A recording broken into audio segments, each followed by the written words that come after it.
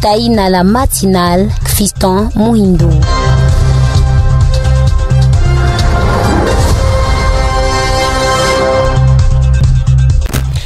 Et bien sûr, il est temps ici de vous partager l'actualité internationale.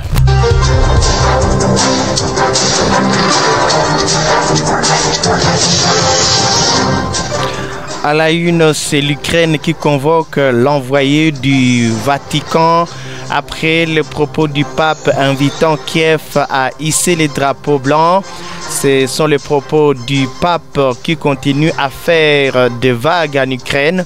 Le ministère ukrainien des Affaires étrangères a convoqué l'envoyé du Vatican dans les pays pour protester contre les déclarations du souverain pontife qui avait appelé Kiev à avoir le courage de hisser les drapeaux blancs et de négocier avec Moscou.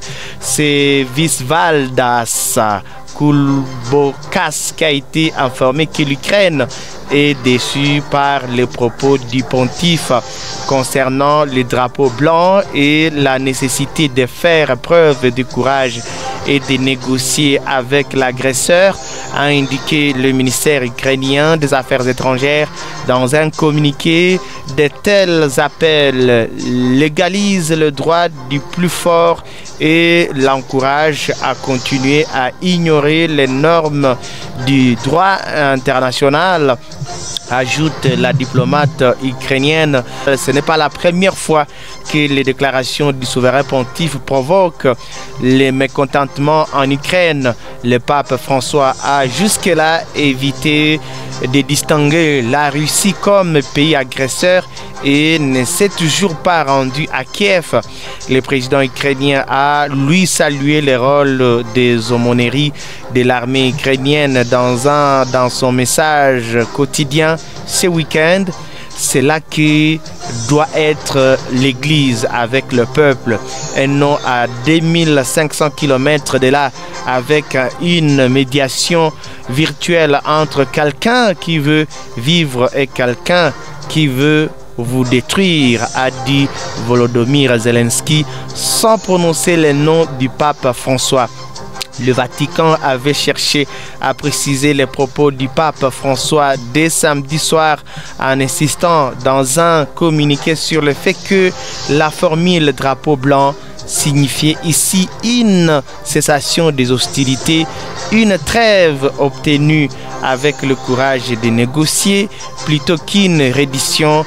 Le souverain pontife a également appelé, après la prière de l'Angelus dimanche, à la paix dans l'Ukraine martyrisée. Du côté de Berlin, les déclarations du chef du Vatican provoquent l'incompréhension. Je pense que certaines choses ne peuvent être comprises que si vous les voyez par vous-même, a estimé la ministre allemande des Affaires étrangères qui s'est rendue à plusieurs reprises dans les pays en guerre ces 2 dernières années. Annalena a souligné dans un entretien à la chaîne publique ARD que si l'Ukraine et ses alliés ne faisaient pas preuve de force maintenant, il n'y aurait pas de paix, appelant à tout faire pour que l'Ukraine puisse se défendre. De son côté, le secrétaire général de l'OTAN, Jens, a déclaré lundi que l'Ukraine avait besoin d'armes et pas de drapeaux blancs. Si nous voulons une solution pacifique durable, le moyen pour y parvenir est de fournir un soutien militaire à l'Ukraine, a déclaré Jens à Reuters.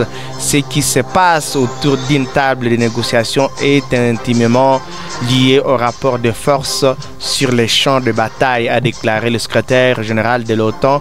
Alors c'est de l'organisation du traité de l'Atlantique Nord, c'est-à-dire OTAN.